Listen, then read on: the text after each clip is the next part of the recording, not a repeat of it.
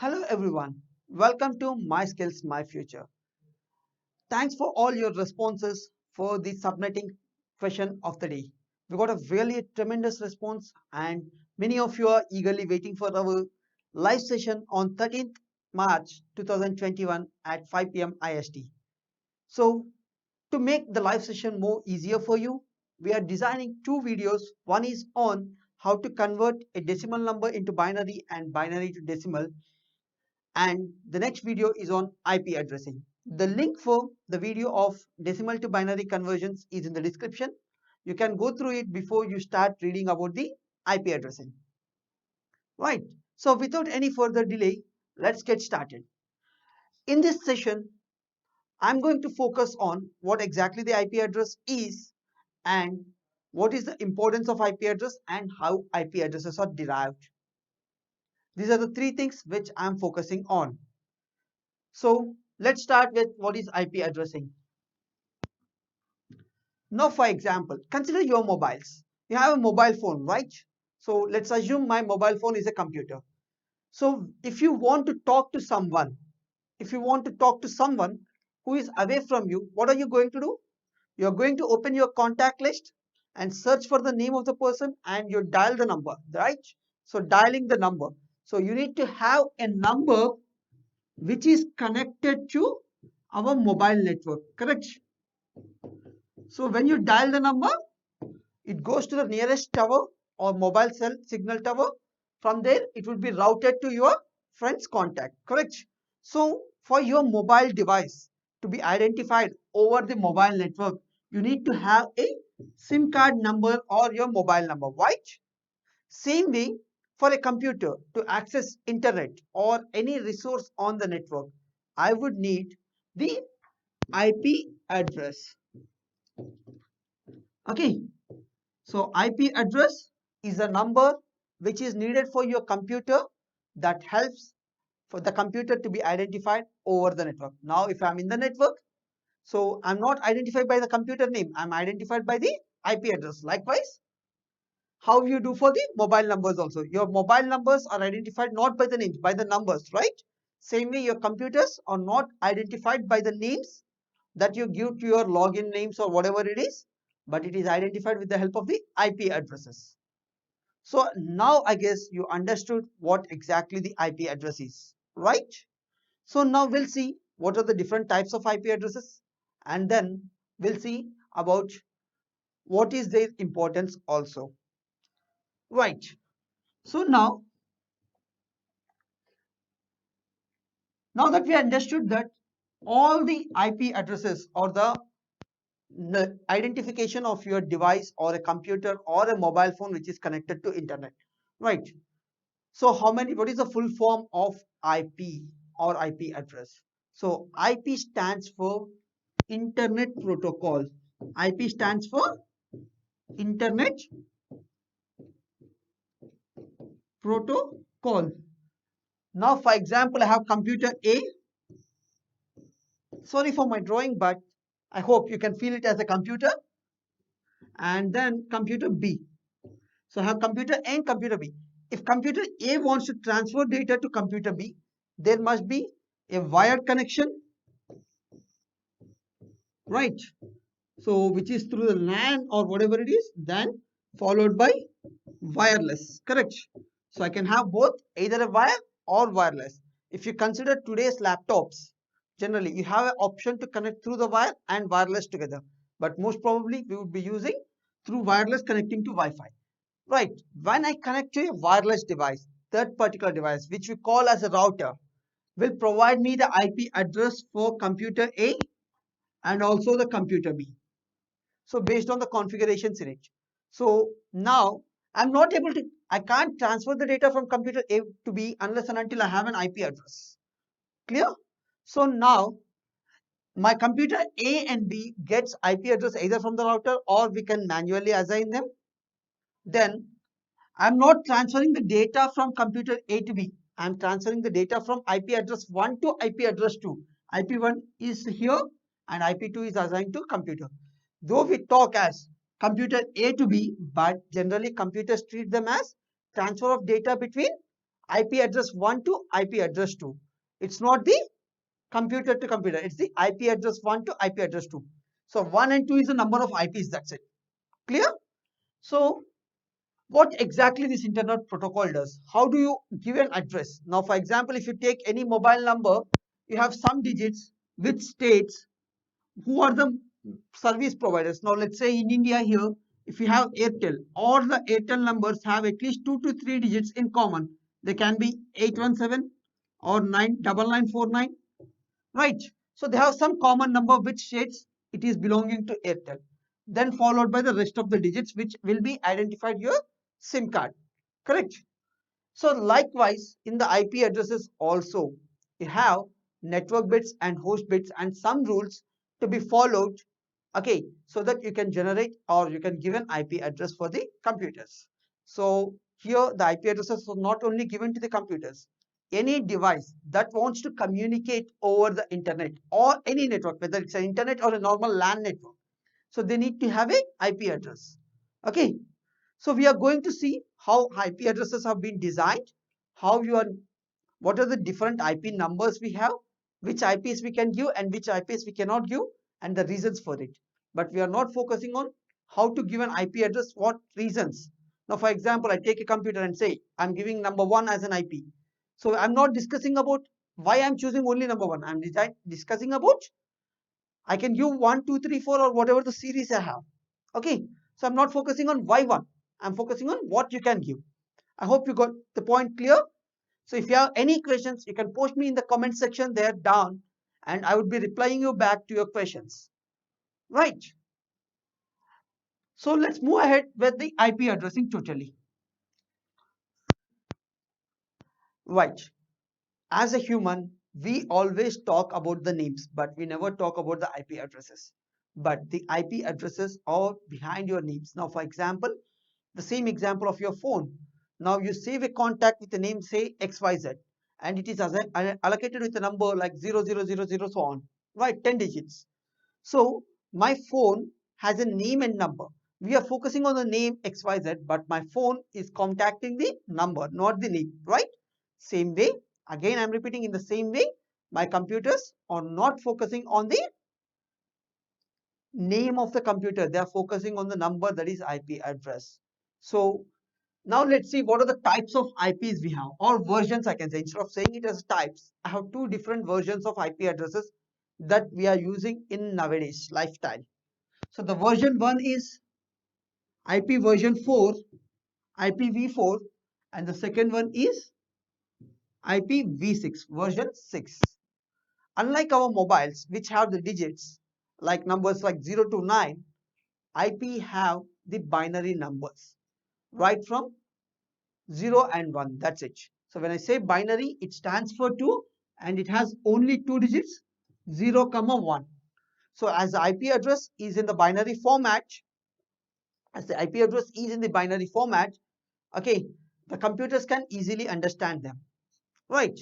So IPv4, if I'm giving an address with the IPv4, I would be having 32-bit number as the information. Now for your mobile numbers, if you take, you have 10 digits, right? 10-digit mobile number. Same way, if I'm giving an IP address to the computer with IPv4 version, then I need to give it with the 32 bits. Here a bit can be either 1 or 0. Either 1 or 0. Okay. So if I'm going with V6, I would be having 128 ones or zeros or their combinations. It's 128 bit combination. Okay, IPv6 is 128, whereas IPv4 is 32 bits. Clear? So now as I have only 32 bits here, the number of IP addresses that I can generate is less. Why is it so?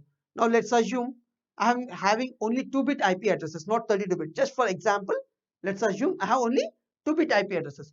So then I can generate only 4 IPs. The first IP could be 00, 01, 10, 11. So if you see, these are the only 4 combinations that I can generate. And there is no other new number to be created. Correct? So that means if I have only 2 digits, I have, or sorry, 2 bits, I have only 4 different combinations possible. But when there is one more bit increased, just for example, okay, then I can generate more numbers. Correct. The order may not be the same or correct, but still these are the only possible options. I can't get a new number. If I want to get a new number, I need to increase one more bit. Right. So if I have 3 bits, I'm adding 1, 2, 3, 4, 5, 6, 7, and 8, which is equivalent to 2 power 3. Number of bits and the position bit, I mean the number of digits. See here I have 3 bits, and in binary I have only 2 numbers. Right. If I have only 2 bits, I can generate only 4 combinations, that is 2 power 2. Right. So if you are not understanding this logic, please go through our video on conversions from decimal to binary and binary to decimal. There we have explained you about how to convert a binary number to decimal number more in clear, and this concept is more clear in the conversions video. So the link for the conversions video is in the description. Right. So now as I have here 32 bits, so how many different combinations I can generate? How many different IP addresses I can generate? So I can generate 2 power 32 different IP addresses. So 2 power 32 different IP addresses. This is almost equivalent to 4.23 billion. 4.23 billion IP addresses. That means if I'm using IP version 4 scheme, I can allocate IPs to 4.2 billion devices. It's a very huge number, right? Very huge number, right? But compared to this, for 2 power 128, even I don't have words to write what is the length of that number, right? It's a very huge number than compared to 2 power 32. When I have more than 4.2, approximately 4.23 billion devices, why should I go for IPv6? Right? Do you have this question in your mind? Why should I go for IPv6? The reason is, let's consider a house where we have 4 people. Just for example, we have 4 people. So when you have 4 people, definitely there are 4 different mobiles. So there are how many mobiles? For sure, on average, if you take also, there are 4 mobile devices and one router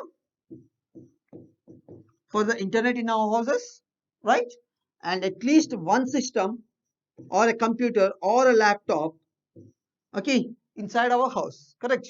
Now if you see, my mobile can be either connected to Wi-Fi or it has its own mobile data. That means I would be having 2 IP addresses for each mobile. Totally I would be generating 8 IPs. Then my router has one IP inside the LAN and one IP is given by the internet service provider. That means I would be having here 2 more IPs. Now it's 10. And for my system, I have wired and wireless. So when I'm using both, depending on the situation, I need 2 IPs. Whether I use it or not, that's a different story. But I definitely need 2 IPs. Correct? So in a house of 4 people, I have at least basic requirement is that I need 12 IPs. Right? So now consider the scenario of a huge network where you have 1,000 computers or 2,000 computers, or just think about, leave about the organizations, just think about the websites we have. Every website has one IP address, correct? So there are millions of websites over the internet, so they have n number of IP addresses, right? At the same time, there are millions of houses all over the world connected to internet. So when we check all those considerations, my 4.23 billion is becoming smaller based on our population nowadays and the usage of the internet. That's predicting this problem. We generated IPv6. We, in a sense, IANA, the centralized government body which is organizing the IP addresses.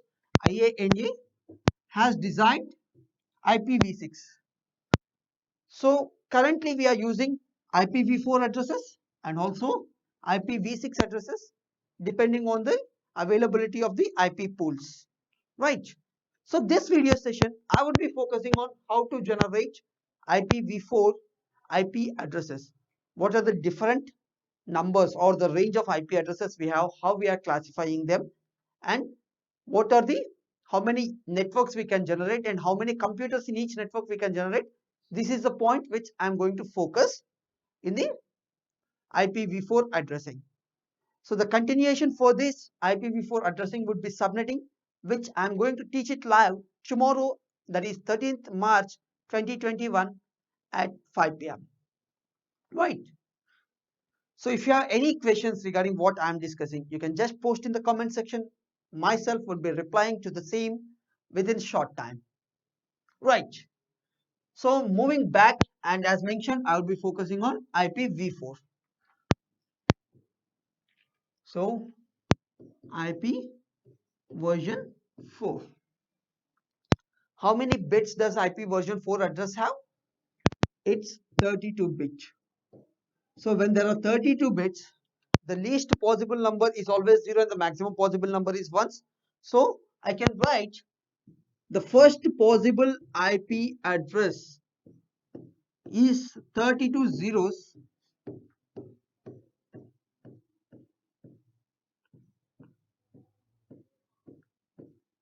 right? 32 zeros. And the last possible IP address would be 32 ones, because 1 is the maximum possible number. When I ask you what is the smallest possible two-digit number, you say automatically that it's 1 or 10, right? What is the largest possible two-digit number? We blindly say it's 99, because the smallest possible number always starts with 0 and the largest possible number will always start with 9 in decimals. But here in the binary, it starts with 1 and sorry, starts with 0 and ends with 1. So any combination of that can be a valid IP address, right? So now see this number, because it's just started with 0 and ending with 1, it's fine. Now if I consider any number in between this, like let's say 001011 or 10, it is very difficult to remember this, correct? So it is very difficult to remember these kind of numbers. So what people who have developed this IP addresses done is they have divided them into octets. That is, octa is nothing but 8 bits. So I have octet 1, octet 2, octet 3 and octet 4. I have totally 4 octets. So each octet has how many bits? 8 bits. Okay. So my first octet has 8 bits and all are zeros. If I convert that into decimal, that would be 0, 0, 0, 0. Whereas when it is ones, it is like 255, 255, 255 and 255. That means in simple terms, I can say that my first IP address starts from 0.0.0 to ends at 255.255.255. So my IPv4 range starts from 0.0.0.0 to 255.255.255.255. So in any octet, the maximum possibility is like all ones, that is 255. If someone gives you an IP address stating 120.256.30.24 as a second octet has 256 in its value, it's not a valid IP address. So a valid IP address has a range from 0 to 255 in any octet. Okay, clear? If you have any questions, feel free to ask us in the comment section. Okay, and do not forget to subscribe to our channel and hit the bell icon so that you can get further notifications on all our videos related to CCNA or subnetting or any other concepts too. Right, at MSMF, we are not just restricted to CCNA. We provide you an options to learn many other technical courses like Python, full stack web development and aptitude courses too. So get subscribed to the channel so that you can get our regular updates. Coming back to the IP addresses.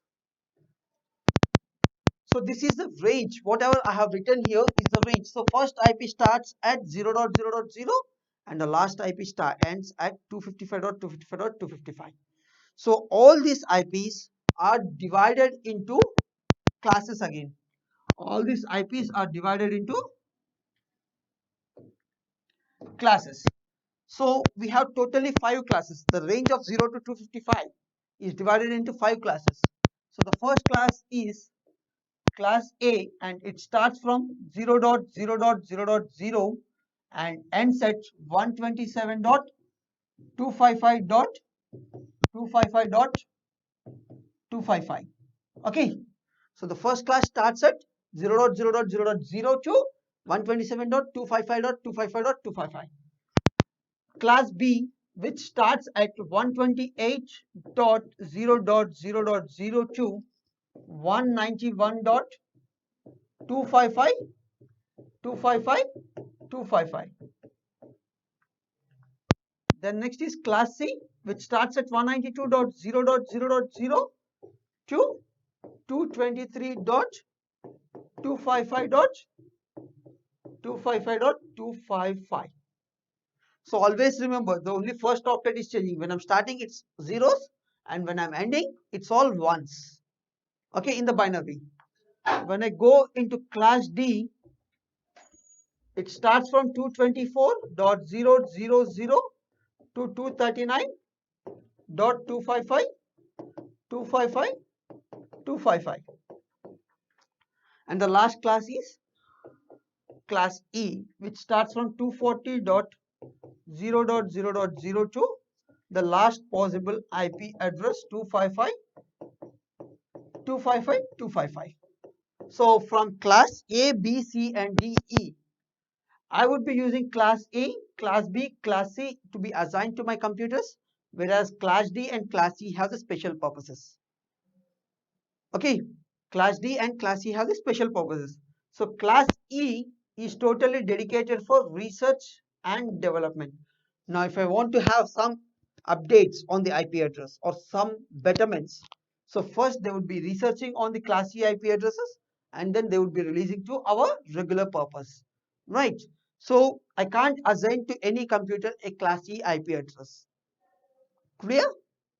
Then coming to class D, this is specially for multicasting. Class D is for multicasting. Now, for example, if you want to send data to a group of people, that is considered as multicasting.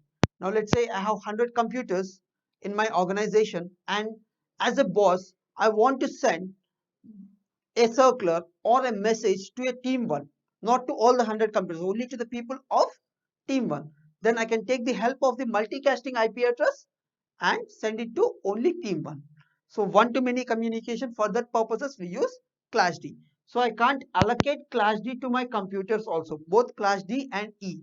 So in the world, you check any computer or any mobile device that is allocated with IP version 4, they would be having only class ABC IP addresses. Clear? So this is the IP addressing brief.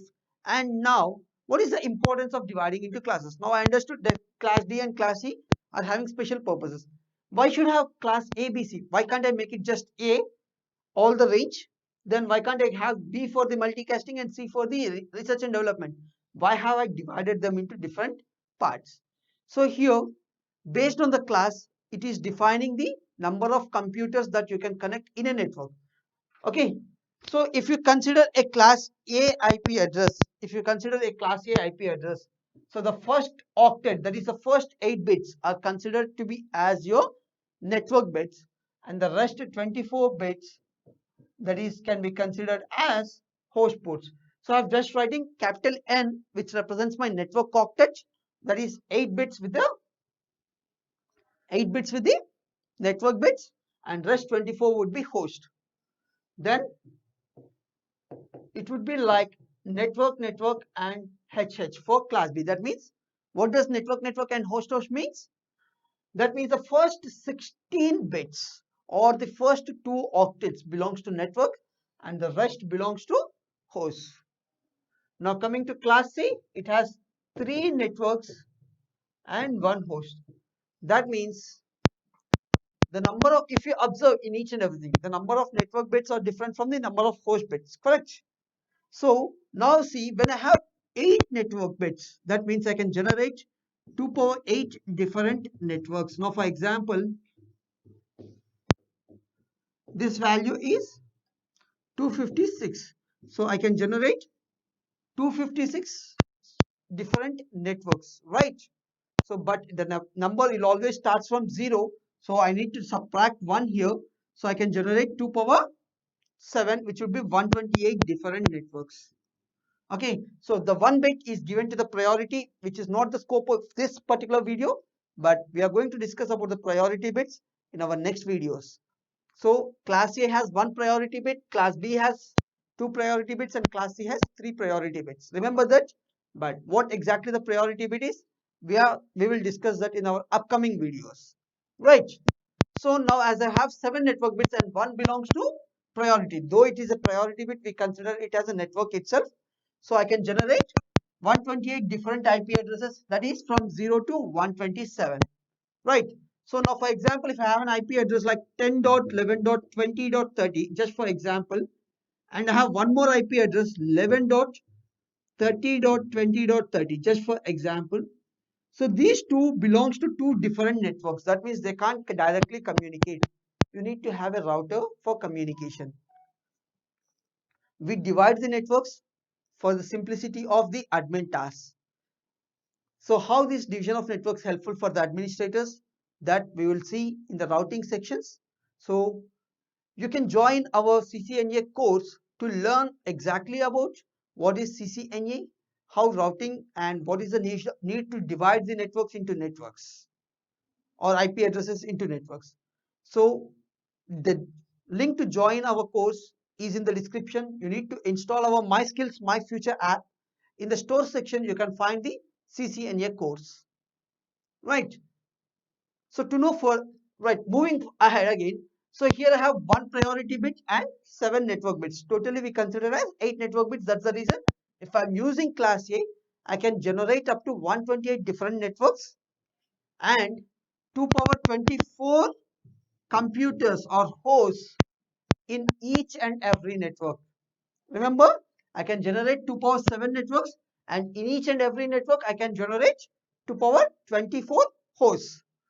Now if you consider class B, as there are two priority bits, 2 power 14 networks and 2 power 16 hosts. So if I consider a network, I can have 2 power 16 computers. Likewise, I have 2 power 14 different networks in class B. Clear? Now coming to class C, 2 power 21 because 3 priority bits and rest 21 would be the network bits, and 2 power 8 computers that I can connect. Clear? So now let's make it very simple. And class D and class C are not allocated to any of your computers. Please do remember that no computer in the world is allocated with class D or class E IP addresses. Class D is used for multicasting and class E is for the research and development. Now if you observe, I have class A and number of networks and computers. So I have 2 power 7 networks and 2 power 24 computers in each network. Class B, I have 2 power 14 networks and 2 power 16 computers. So, right. So this are excluded of the priority bits. Remember priority bit, you can going to see about the priority bits in our upcoming videos. But for now, you remember that class A has one priority bit, 2 for class B and 3 for class C. So though they are the priority bits, we consider them as a part of the network. That's the reason we have mentioned as 8 network bits or 1 octet of network totally. Right. So if I'm able to communicate in the same network of IPs, then I don't need any router. I can connect directly between them using a switch. But if I'm using different networks, now let's say one computer is on 11.0.0.1 and one more computer is on 11.0.0.2. I can directly send the data by a direct connection. But assume that if this computer, if this particular computer is on 12.0.0.2, I can't directly transmit the data.